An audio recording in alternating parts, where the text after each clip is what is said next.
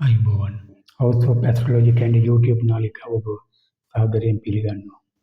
ඒ වගේම ඔබට සුබ නවසරක් වේවායි ප්‍රාර්ථනා කරනවා. 2026 වසර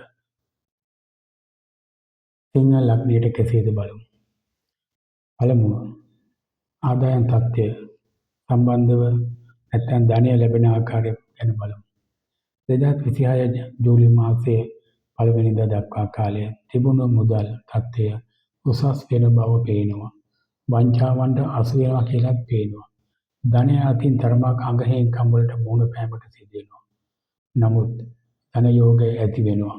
නමුත් ඒවා පිටින් පිට වෙනස් වෙන සුළු ධන යෝග වේ. වසරේ අග භාගයේදී ලැබීම අතින් තරමක් යහපත් වෙනවා. ණය වීමට සිදු වෙන්නට පුළුවන්. පරිස්සමෙන් ණය ගන්න නැත්නම් ගෙවා ගන්න පුළුවන් ආකාරයට ණය ලබා ගන්න. ඊළඟට අපි බලමු ගෘහ ජීවිතය ගැන. සිංහ ලග්න ඔබට මෙම වසර තුලත් සෙනසුරු අෂ්ටමේ රාශියේ ඇති නිසා සියලුම කරුණු වලින් පරිස්සම් වන්න. රැකී ආරක්ෂා වලින් හෝ අසනීප වලින් කරදර සිදුවන්නට පුළුවන්. මේ සිතට ලොකු බයකින් ඉන්නට සිදුවේ. එම නිසා මෙම වසර සිංහ ලග්න ඔබට අෂ්ටමේ රාශියේ ඇති නිසා ඉතාමත් ප්‍රවේශමෙන් සියලුම ආකාරයේ ප්‍රයෝජන වන්න. නැතිනම් ඔබට පසුවට දුක් සහිත ජීවිතයක් ගත කරන්න සිද්ධ වෙයි. වැඩිමහල් සිංහ ලග්න ඔබගේ වැඩිමහල් දුවට හෝ පුතාට අපල ඇති වෙයි. විවාහක වූ සිංහ ලග්න අයට නම් අබුසැමි වේල හෝ දෙදෙනාගෙන් කෙනෙකුට ස්ථාන මාරුවක් හෝ දුරස් වීමක් නිසා සිත් තැවුල් ඇතිවන වසරකි. මෙම වසර ඔබට නරක නාමය නැත්නම් චෝදනාවක් හෝ දෝෂාරෝපණයක් ලැබෙන්නට ඉඩ තිබේ. නීති විරෝධී වැඩ කරන්නට සිටදී හදිසි අනතුරු වලට පත් වෙයි. ජීවත් වීමත් ජීවිකාව ගෙන යාමත් අස්ථීර වන්නට පුළුවන්. ක්‍රමානුකූලව ජීවිතයක් ගෙන යාමට ඉඩ නොලැබෙන්නට ඉඩ තිබේ. අවනම්බු වැටේ, තත්ත්වය පහළ වැටේ. ගොවිතැන් වලට අලබහානි සිදුවන්නට පුළුවන් වෙයි. ආදර සබඳතා බෙදී යන්නට පුළුවන්. මේ නිසා කලින් කිව්වා වගේම සිංහ ලග්න ඔබ සියලු දේවලින් ඉතාමත් පරිස්සම් වන්න. රැකී ආරක්ෂා තත්ත්වය ගැන බලමු.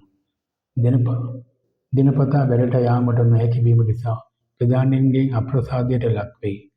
ස්ථාන මාරු හෝ වෙනත් පළාතකට යාමට සිදුවේ. කෙසේ නමුත් වසරේ මැද කාලයට යාමත් සමගම යහපතට කරුණු ඇති කරයි. ඒ කියන්නේ 2026 ජූලි 1 වෙනිදායින් පසු රැකියාවේ ප්‍රසිද්ධියට හා දියුණුවටපත් වෙයි. අනුන්ගෙන් උපකාර ලැබෙන වසරක් වෙයි. අධ්‍යාපන තත්ත්වය බලමු. නොයෙක් දේ ඉගෙනීමටත් එයින් ප්‍රයෝජන ගැනීමටත් ඉඩ ලැබෙයි. නමුත් වසරේ මුල් කාලයේ මදක් කටුක අධ්‍යාපනික තත්ත්වයකට මුහුණ දීමට සිදුවේ. විභාගවලින් සමත් වීමට බොහෝ වේස මහන්සි වී ඉගෙන ගැනීමට සිදුවේ. ඊළඟට බලමු සෞඛ්‍ය තත්ත්වය කෙසේද කියලා. ශාරීරික දුර්වලතා ඇති කරන බව ඔබේ 2026 ජන්ම පත්‍රය අනුව පෙනී යනවා. රුෂ වෙන්නට පුළුවන්. අවලක්ෂණ වෙන්නට පුළුවන්. තැන් වල පැල්ලම් තුවාල සාදන්නට පුළුවන්. විශේෂයෙන් මුහුණ අවලක්ෂණ වෙයි. තම බැහැරෙන ගතියක් ඇති කරන්නට පුළුවන්. බඩේ උෂ්ණත්වය අධික වෙයි. ලිංග ආබාධයක් හෝ ඉකිලි කැසීමක් ඇතිවන්නටද පුළුවන්. ඒ වගේම මූත්‍රා රෝග ධාතු දුර්වලතාවයක් වකුගඩු ආබාධ ආදී අසනීපයක් හෝ ඇතැම් විට ශල්‍ය කර්මයක් කිරීමට සිදු වේ. හදිසි අනතුරු නිසා තුවාල ඇතිවන්නට පුළුවන්.